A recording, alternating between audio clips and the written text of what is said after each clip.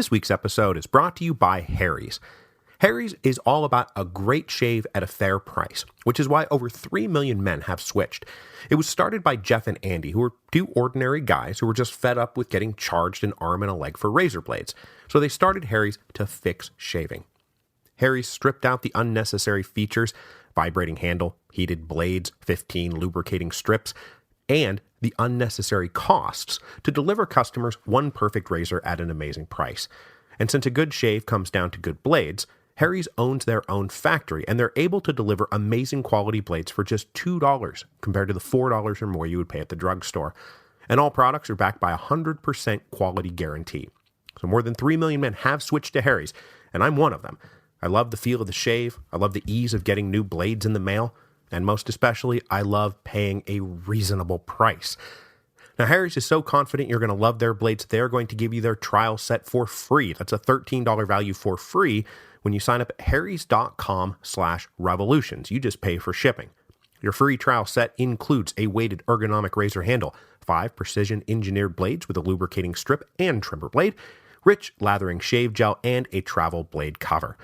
So to get your free trial set, go to harrys.com/revolutions at the end of this episode. That, again, harrys.com, HARRYS.com/revolutions.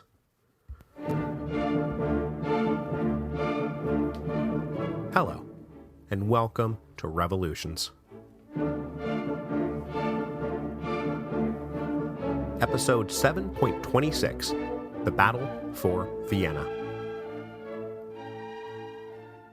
Over the last few episodes, we've started tracking the big sweeping turn of 1848 as the revolution bends towards counter-revolution.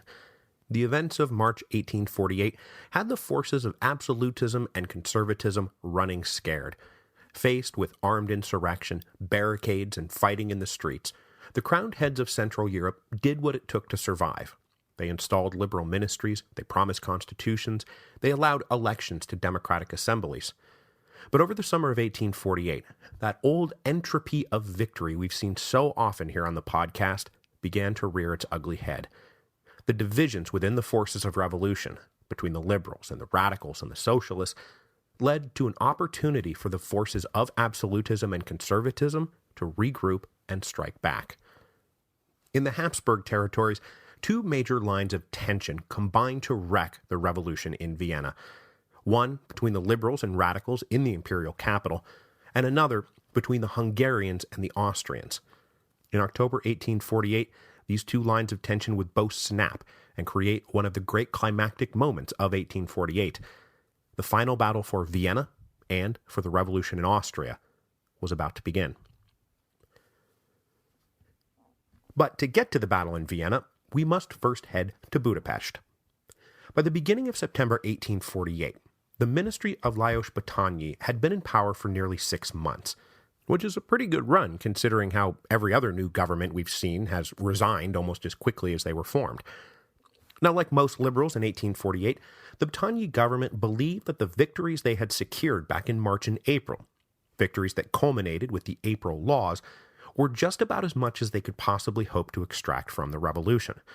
They were now interested in consolidation and conciliation. Implementing the April Laws was going to be an immense chore, and they did not want a permanent breach with Vienna, or, God forbid, open war with the Austrians. So Batthyány and his colleagues, including Lajos Kossuth, focused scrupulously on working with the Austrians to forge a new order in Hungary. And they used their liaison, Archduke Stephen, the sympathetic Palatine and chief representative of the imperial court, to make sure that the new relationship between Budapest and Vienna was built on a solid, permanent, and mutually acceptable foundation. But this ran the government afoul of more radical voices in Budapest, like that of Sándor Petőfi, who had to now lodge his complaints out in the streets because he had been denied a seat in the new Hungarian parliament. These radical voices denounced the liberals for abandoning forward progress, and they accused Batthyány and Archduke Stephen of conspiring to betray the revolution. And then, like their radical counterparts in Frankfurt, they started calling for a second revolution. To put further pressure on the government, the radicals organized a big banquet scheduled for September the 8th, where they would demand the resignation of Battagny and all the other ministers except for Lajos Kossuth and one other guy who they happened to approve of. This banquet was explicitly modeled on the French campaigns from earlier in the year, and just while we're here, can we please just remind ourselves that we're all in this inescapable black hole of a revolutionary year because some democratic reformers in Paris wanted to get together and eat bad food, drink cheap champagne, and listen to terrible speeches, and Francois Guizot just couldn't abide by it. And so now Hungary's on the brink of war and Vienna's about to get blasted to smithereens. Oh, 1848, you are a good year. Anyway, on September the 2nd, Lajos Kossuth gave a speech in the parliament where he implored the radicals to postpone the banquet. He warned that relations were strained with Austria, and if the radicals got too out of hand, that it would give Vienna an excuse to do something extreme, like order a military invasion of Hungary. And then where would they all be? And because Kossuth's voice at least still carried some weight, the radicals agreed to postpone the banquet. Except, as it turns out, the Austrians didn't really need the excuse. Remember, when we left off 2 episodes ago, Prime Minister Battagny was back in Vienna assiduously working to try to consolidate and conciliate, but instead the emperor had done what? That's right, he reappointed the fiercely anti-Magyar Josip Jelačić as Ban of Croatia, and he published a decree that said Austria and Hungary could never be separate from each other, and all but gave Jelačić permission to go bring the Hungarians to heel by force. So, despite all the Hungarian efforts to stave off war, Jelačić led fully 50,000 soldiers into Hungary on September the 11th, 1848. He announced, while he did so, that he was doing this to save Hungary from the yoke of rebel government. Though, it's not like he was too scrupulous about trying to act as a restrained army of liberation there to free the people, not oppress them. Jelačić showed little interest in strict discipline, and his men mostly roamed free, looting and pillaging the countryside, and generally abusing the Magyar peasants and townspeople. So, rather than marching in a tight, restrained column, the incoming Croats just kind of spread themselves out across the countryside. This helps explain why their forces weren't concentrated when the time came to actually fight, and also why the Magyar didn't exactly greet them as liberators. The invasion by the Croats spelled the end for the Battagny ministry. They had not only staked their reputations to the idea that Austria could be reasoned with, they had staked the safety of Hungary to that idea. And they really had believed it. They really had believed that, having extracted the liberal reforms codified in the April laws, that if they went no further than that, it would all work out, that Austria would accept it. Now, that was all exposed as a dangerous fantasy. So, admitting failure, almost all of them resigned. And that brings us to the rather sad end of the road for István Széchenyi. Currently Minister of Public Works, Széchenyi resigned with the rest, and he despaired at the final result of the 30 years he had spent counseling slow and steady and productive reform. He had gotten swept up in the events of March. He had even enthused at what Kossuth had managed to accomplish. But now he was faced with the grim reality that even the modest reforms he had believed in were unacceptable to Vienna. That he too, loyal, patriotic, and steadfast subject of the emperor, was now a treasonous rebel. In these crisis days of early September, Széchenyi stopped sleeping. He was nearly catatonic in cabinet meetings. He took to blaming himself for everything, for the ruination that was about to be visited upon the nation he so loved and had fought so hard for so long. Eventually, friends and family and doctors convinced Széchenyi to retire to a country estate, to get away from politics and get away from the capital. Széchenyi finally agreed, but his despair reached such an acute pitch that 2 suicide attempts followed before he allowed himself to be checked into a sanitarium. And though he would live through this episode, as I've hinted, eventually his demons will overcome him. So at this critical moment, Hungary is now without a central executive government. Archduke Stephen called on Battagny to remain as prime minister and convene a new cabinet, but Battagny had an extremely difficult time finding men who had the confidence of both the Hungarians and the Austrians, because even now he was trying to prevent a permanent schism. But the imperial court, now feeling self-confident for the first time in months, kept indicating to Battagny that none of the men he suggested would be acceptable to them. So for 2 weeks there would be no government at all. and into that void stepped Lajos Kossuth and the energetic nationalist radical faction of the Hungarian parliament that, though it had been small and muted in the early days of their sessions, were now coming to life. With everyone else seemingly in shock, on September the 21st, this wing of the parliament formed a 6-member Committee of National Defense, with Kossuth acting as president.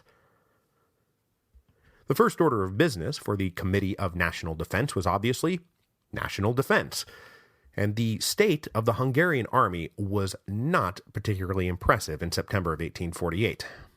The parliament had been debating raising a new national army all summer, and though they had approved a measure to recruit 200,000 new men, very few concrete steps had been taken to accomplish that goal, especially because they didn't know whether these new recruits would be enrolled in the official Royal Army, that is, the official Imperial Army, or into the battalions of the patriotic volunteer groups, the National Guard, that in Hungary became known as the Honved. With the official army politically suspect, the parliament finally voted at the end of August to send most of their new recruits into the Honved battalions. But still, come September the 11th, there were not that many recruits, and the reports that I've seen is that the army around Budapest was only about 5,000 or 6,000 strong. And on top of that, when Jelačić invaded, the Hungarian general in charge of these forces said that he refused to fight a fellow imperial officer and he resigned. So Kossuth and the Committee of National Defense pushed hard to fulfill the decree of August about forming a new national army and go out and recruit as many Honved volunteers as they could find. They also openly encouraged Hungarian soldiers in the Imperial Army to desert and rally to the Hungarian national colors.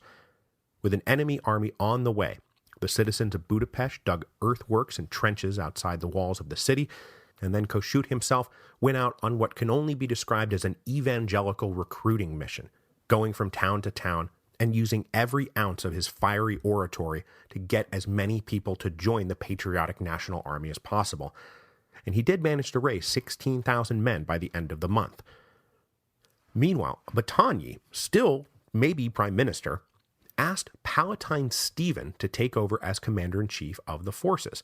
This would hopefully give the Hungarians some moral and political cover, but Stephen now had orders not to oppose Jelačić, and after one attempt to broker an armistice, Archduke Stephen resigned as Palatine on September the 23rd and departed the country.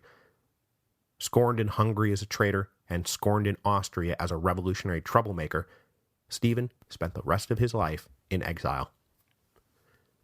In response to all of this, Vienna came back with what is often portrayed as a botched olive branch. There was apparently a peace camp at the court who hoped to broker a peaceful resolution to the Croat-Magyar conflict, and they got the emperor to appoint the Hungarian Count Franz Philipp von Lamberg to be the new royal commissioner and commander-in-chief of all forces in Hungary, putting Lamberg, nominally at least, above both the Hungarians and the Croats. He was a career army officer from the upper Hungarian nobility who had served in the National Diet of 1847-1848, the one that had ended with the April Laws. And though a conservative, he was at least considered an honest one by guys like Battagny, who indicated that he could work with him. So this wasn't like when Marshal Windischgratz got appointed to take over Prague. But the emperor also appointed a new prime minister, a guy named Miklos Y. But this was illegal under the April Laws, and so far from an olive branch, these appointments were taken as proof that Vienna was now truly trying to roll back the concessions that they had made under duress back in the spring. So on September the 27th, with Lamberg on his way, the Hungarian parliament declared their fidelity to the constitution, and Kossuth signaled to the army that they were not to obey the orders of Lamberg, and that his appointment was illegal and unconstitutional. But those few of you out there who already know the history of Hungary know that this is not going to stop with fiery speeches and mere words. Count Lamberg arrived in Budapest on September the 28th, and after conferring briefly with a senior Hungarian general, he rode out to inspect some fortifications. While he was en route, his carriage was recognized, with Lamberg as the living symbol of Vienna's attempt to crush all that the Hungarians had gained. His carriage was surrounded by angry students and artisans and some rogue soldiers. They forced it to stop, they ripped open the door, and they proceeded to beat Lamberg to death. So, that's the end of the olive branch. We are now at the point of no return. Lajos Batthyány resigned as prime minister, this time for the last time, on October the 1st. The fate of Hungary was now in the hands of Lajos Kossuth and the Committee of National Defense. Knowing that the murder of Lamberg would bring the hammer down really hard, the radical elements inside the parliament, who, along with Kossuth, had dominated the Committee of National Defense, invited 6 other members of parliament who were known to have strong liberal principles to join them in an attempt to create something like a unity government to face the incoming onslaught, and those 6 men accepted. So, unlike in other locations, where at critical moments the liberals abandoned the radicals for the forces of conservative order, in Hungary, whatever breach had been opening between the liberals and the radicals was healed, and they started to refuse back together. This was now a war of national liberation, and they faced a common foreign enemy that was threatening everything. Plus, on top of that, the quote-unquote radicals in Budapest only ever really had limited social demands, and they had stuck mostly to the political side of the question in 1848, so the liberals weren't really afraid that the world was about to be turned upside down. The threat to their property came not from social pressure from below, but from the iron heel of a vengeful Austria that hovered above the whole kingdom. So in early October 1848, they re-rallied to each other in defense of the April laws, but more generally, in defense of Hungary. Sándor Petőfi and most of his comrades joined the Honved battalions to go fight for their national freedom. On September the 29th, that is, the day after Lamberg's murder, the Croats renewed their push to Budapest, but their slow advance had given the Hungarians time to mass a defensive position near the village of Kossuth. Jellachich concentrated 30,000 men against the Hungarians, who themselves now managed to bring something like 20,000 men into the fight, so they were still pretty heavily outnumbered. But they were well dug in, and in spite of what seemed like impossible odds just a few days earlier, the Hungarians won the battle, and after a hard day's fighting, Jellachich ordered a withdrawal. The Battle of Kossuth is occasionally referred to as the Hungarian Valmy, an almost miraculous victory, the salvation of the capital by patriotic volunteers against a hardened foreign enemy. Certainly, it saved the Hungarian Revolution for another day. Meanwhile, news of Count Lamberg's murder raced back to Vienna and fatally discredited those at court still hoping for a peaceful resolution. The hardliners were now fully ascendant and convinced the emperor that the time had come to smash the revolution into a million tiny pieces that could never again be reassembled. On October the 3rd, 1848, Austria declared war on Hungary. And the official entry of Austria into the war came not a moment too soon for Jellachich, because, as it turned out, his Croatian army was not getting the job done. After their defeat at Kossuth, another 10,000-man Croat army was surrounded on October the 7th and forced to surrender. The following day, the Hungarian Committee of National Defense had their mandate expanded still further to now include all executive power in the kingdom, and with Kossuth as its president, he became a near dictator. With the Hungarians rallying strongly, it thus came as something of a welcome relief to Jellachich when he got word that Vienna had exploded and that he was urgently needed back at the imperial capital. So, off to Vienna we now go. Remember, in the wake of the worker riots on August the 23rd, the old Committee of Security had voted to disband itself, and the Civic Guard had put themselves under the Minister of the Interior. Now, this seemed to signal the end for radical trouble in the imperial capital, but it was not the end. In the middle of September, a People's Bank that had been established for people to invest their life savings in was revealed to be a massive scam. When it collapsed, it took with it the savings of many artisans and small business owners. These victims petitioned both the Ministry of the Interior and the Vienna City Council for relief, but both declined to get involved. This is the days before FDIC insurance. So the people started getting agitated, and the students who had left when the university had been closed were now returning for the October term, and they made noise about restarting the security committee, reforming the academic legions. On September the 12th, a mob outside the Ministry of the Interior managed to break in, and they were looking for the Minister of the Interior, who managed to slip safely out the back door, so the crowd just smashed the joint up. This brought out the Civic Guard and the regular army, so the radicals started organizing the academic legions again, but just before Vienna played host to yet another round of shooting in the streets, the Parliament stepped in and said, "We will guarantee interest-free loans for the victims and underwrite 20% of their total losses." After all, it had been caused by a bank fraud. Then they told the government to order the army out of the capital. Now this released the tension for the moment, tension that would all come building back up again when Austria declared war on Hungary. The Emperor's declaration of war on October the 3rd reignited those same radical forces that had been ascendant since March: the students, the artisans, and the workers. Abandoned by the liberal men of property back in August, and somewhat beaten back, they now re-erupted with a vengeance after the Emperor declared war. Hungarian success had come at the expense of the power of the conservative central authorities. For the Emperor to now so violently bring the hammer down spelled bad trouble for revolutionary Austria, or even simply reformists in Austria. If the Hungarians were crushed, what hope did they have of preserving what they had accomplished in Vienna? The Constitution, civil rights, liberal government, it was all threatened. And this even brought a few of those liberals back into the revolutionary fold, because the Hungarian accomplishments of March and April that were now under threat were in lockstep with everything that they wanted for Vienna, for the empire. Over the next few days, the capital witnessed random acts of violence and vandalism, assaults. Students, workers were remobilizing and recoordinating. The streets were full of fear and tension and anger. The guy who became the focal point for all that anger in Vienna was the Minister of War, Count von Latour.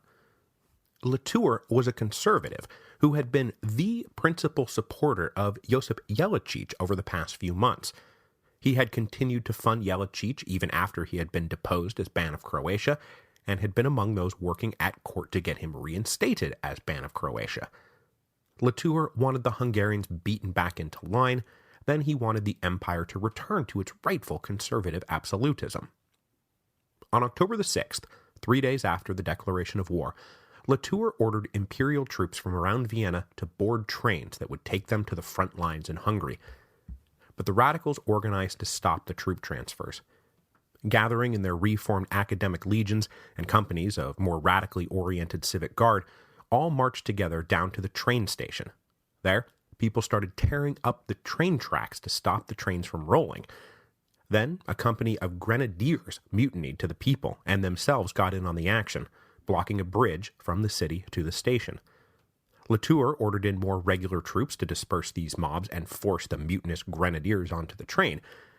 Shots were exchanged, and the regular troops opened up a massive broadside on the mutinous grenadiers, killing 30 of them in just a few minutes. But there were simply too many people now swarming around, and so the troops were forced to retreat from the station. This incident marks the beginning of what is called the Vienna Uprising. But, being just one of a number of Vienna Uprising, I think it's better to call it the last Vienna Uprising. The Civic Guard promptly splintered into two factions, those who stuck with the government and those who decided to go back over to the radicals, moved now by the declaration of war to back away from the emperor. In the chaotic swirl, the Guard units started turning on each other, and a radical unit actually besieged a more moderate unit inside St. Stephen's Cathedral. To calm things down, the ministry ordered the regular army to withdraw from Vienna. But this turned out to be a fatal mistake. At least, a fatal mistake for Minister of War Latour. There had been a company of soldiers defending the offices of the War Ministry, and when they were withdrawn, it was left wide open. A mob descended on the building, shouting, "Where is Latour? He must die." And if you're in that building and your name is Latour, that's really not something you want to hear being shouted at you by an angry mob outside the window. When the crowd pushed their way inside, Latour fled up to the attic, which, if you've ever watched a horror movie, you know that's not what you're supposed to do. You're supposed to go out, not up. Well, he didn't. The mob eventually located Latour, and without further ado, stabbed and beat him to death. Then they dragged his mangled corpse through the street and hung it from a lamp pole. With the people of Vienna once again rising up, the emperor and the imperial court took the opportunity to run away from the capital as fast as they could for the second embarrassing time that year. This time, they made for Olmütz, where they arrived on October the 14th. But unlike the last time this had happened, where the ministry stayed behind in Vienna so they could claim, oh, well, the emperor is just personally away from the city, the government is still situated here. Now the government was also abandoning Vienna. When they left, probably half the recently convened Austrian parliament followed, leaving behind a rump parliament composed of what small faction of radical voices had been present, plus some of the more committed liberals who felt that the war against Hungary was wrong and that the emperor was trying to undo all that had been done. And on that score, they were exactly right. So inside Vienna, this rump parliament, isn't it fun to be talking about rump parliaments again? It's been years. They were joined by a multi-fractured splintering of power between the parliament, the Vienna City Council, and various student and radical committees that started back up spontaneously and were once again organizing a central gathering for coordinated action. Then the parliament formed an emergency committee that took on executive authority, ostensibly on behalf of the entire empire. They were supposed to present their decisions to the full body for ratification, but with events moving so quickly, this emergency committee just became the de facto national executive. Not that anything they said or did had any real authority outside Vienna, mind you, but at the same time, with the emperor on the run and the members of parliament attending to him not meeting in any kind of formal session, and different factions at court taking this opportunity to slit each other's throats, it's really hard to tell who, if anyone, was actually in control of the Austrian Empire at that moment. Probably nobody was. So the Rump Parliament had three simple demands for the emperor. First, end the war with Hungary. Second, depose Ban Jelačić. And third, form a new popular government. But the emperor was done conceding. So the principal goal of the parliament, and everybody else inside Vienna, turned out to be not running an empire, but defending the city from inevitable counterattack. Inside the city, citizens armed, manned the walls, positioned what artillery they had, and started digging trenches on the outskirts of the suburbs. And they had a little bit of room to breathe, because though there were about 12,000 imperial troops now stationed outside Vienna, they were under orders not to make any moves on the capital until they were massively reinforced. The conservatives at court had had enough of this. The plan now was to utterly crush the rebels in Vienna. And as soon as they had all cleared the capital on October the 8th, they had the emperor start issuing orders for other imperial troops to converge on Vienna. And that included Jelačić's Croats in Hungary. Jelačić, for his part, was eager to get moving. Not only because the initial war against the Hungarians had not exactly gone well, but also because, remember, his whole object in all of this is to prove to the emperor what a good and loyal subject he was, that he and the Croats could be the saviors of the empire and then be duly rewarded with increased rights and privileges. And now he was going to have the chance to literally save the capital from rebel scum. So as soon as he got his orders on October the 8th, he wheeled around and led 12,000 men back towards Vienna. On a double-time march, they made it to the capital by the morning of October the 10th. But the Hungarians decided that two could play at the role of savior. The Hungarian army followed Jelačić at a discreet distance, and then they planted themselves on the Austro-Hungarian border. Then the Hungarian parliament sent a message to Vienna asking if the citizens of the capital requested their assistance. To preserve some sense of legality, the Hungarians weren't going to move unless they were invited to move, but if asked, they would move. Inside Vienna, the offer filled the Rump Parliament with vexation and dread. They knew it was going to be hard to hold out against the gathering imperial forces, but they were themselves trying to maintain a veneer of sovereign legitimacy, and it would be much harder to maintain that veneer, to prove that they weren't themselves rebels, if they asked the Hungarians, who the emperor had declared war on, for assistance. They tried to get the Austrian City Council to make the request to the Hungarians, but those guys just kicked it back to the parliament and said, no, this is your call. so the Parliament tried one very long-shot gambit to avoid calling in the Hungarians. They sent a dispatch to the Emperor asking him to unilaterally withdraw the Imperial troops. But fat chance of that. The troops massing outside the walls were only getting bigger, and the Hungarians were now Vienna's only hope. News of the showdown in Vienna spread across Europe, and the Frankfurt Parliament, just a few weeks removed from bloody riots and the triumph of moderate liberals, took up the issue of whether or not to send any aid to the people of Vienna, who were, after all, fighting basically for the same rights as the men in Frankfurt. But more cautious now than ever, they voted no aid to Vienna. Disgusted, the remaining radical left wing sent 2 of their number to Vienna in solidarity. One of them, don't worry about. The other was Robert Blum, who we introduced last week. They departed immediately and arrived in Vienna on October the 17th, just before the final siege lines were drawn up. The final proof of what the Emperor had in store for his rebellious subjects came on October the 16th, when he ordered Marshal Windischgratz, fresh off his suppression of the Prague Uprising, to lead just about all the Imperial troops in Bohemia to Vienna and take over as commander-in-chief. The Emperor also issued a general declaration that a tiny faction inside Vienna threatened to destroy the empire and that they must be brought back into line. And he said specifically that this faction had led a reign of terror, deliberately invoking the language of the French Revolution, because remember, the specter of the French Revolution hangs over all of this. This declaration was drafted with the help of his brother-in-law, Prince Felix von Schwarzenberg, who would be invited to form a new, almost exclusively conservative government just a few days later. By October the 20th, Marshal Windischgratz was at the head of 30,000 men, and they were marching on the road to Vienna. While this army marched, the Emperor issued another decree, stating that the Austrian Parliament was to reconvene in the city of Kremsier.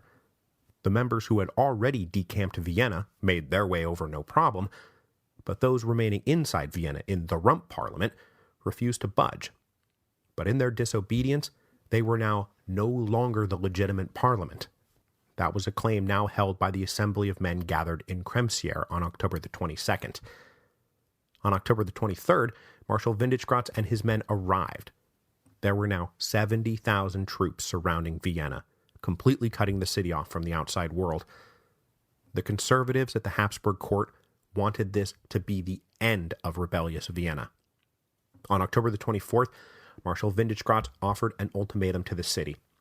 You have 48 hours to surrender, or we take the capital by force. So now the only hope for those inside Vienna was the Hungarians, whose numbers were increased when Kossuth personally led 12,000 Honved volunteers to join the 13,000 regular troops of the line stationed on the Austro-Hungarian border. Now up over 25,000 strong, they made a few forays across the border, but mostly they sat tight and waited for that formal request for aid. Kossuth himself said, "We do not force aid on people who do not express that they will accept it." Now, partly he wanted to be invited so it didn't look like the Hungarians were invaders, but if the Viennese really did not want Hungarian help, then there was no reason to waste blood and treasure that would be sorely needed to defend Hungary. But keeping Vienna liberal and defeating the hardliners in the Habsburg court and defeating Jelačić, all of this was in the Hungarian national interest, so they were really chomping at the bit to get into the fight. If Vienna fell, the empire would come at Hungary harder than ever. On October the 26th, 1848, Marshal Windischgratz's ultimatum expired, and Vienna had still not given up. So he ordered the attack to begin.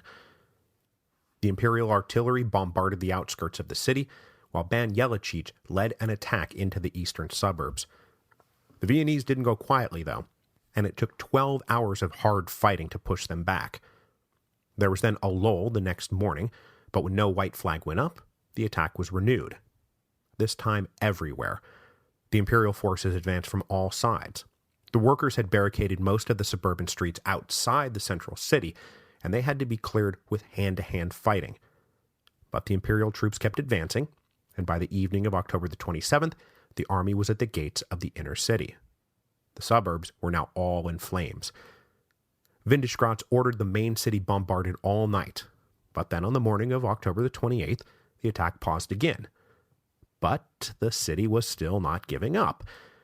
And a big problem was now that the people inside could expect no quarter and no forgiveness, and without some kind of assurance that they wouldn't all just be bayoneted the minute the Imperial troops showed up, there was little incentive for them to give up voluntarily. And then they got one little ray of hope.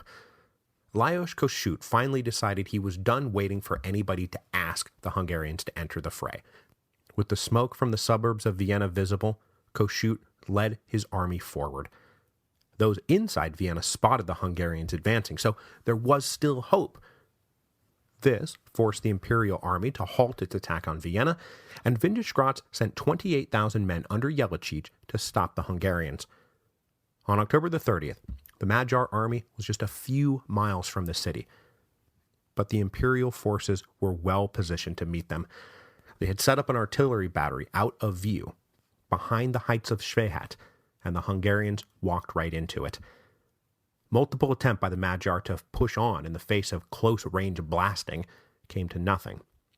The regular Hungarian line troops held it together, but the Honved volunteer battalions could take no more, and they broke and fled. The Hungarian army, now in chaotic shambles, was forced into a general retreat. All of this was witnessed from the towers of St. Stephen's Cathedral inside Vienna, and the brief moment of renewed hope was snuffed out. The Battle of Schwehat marked the end of the revolution in Vienna. On October the 31st, the leaders of the Vienna City Council sent word to Marshal Windischgratz that the vast majority of the citizens of the capital were ready to surrender, but that they were being stopped by a small clique of radical extremists. White flags started spontaneously going up to show that the citizens were in fact done fighting, even if the last radical insurgents were not. The Imperial troops entered the city and did indeed find a few last stubborn pockets of resistance. One group controlling the Burg Gate took such an effort to dislodge that stray fire lit the Emperor's personal library on fire, destroying a trove of irreplaceable books and manuscripts.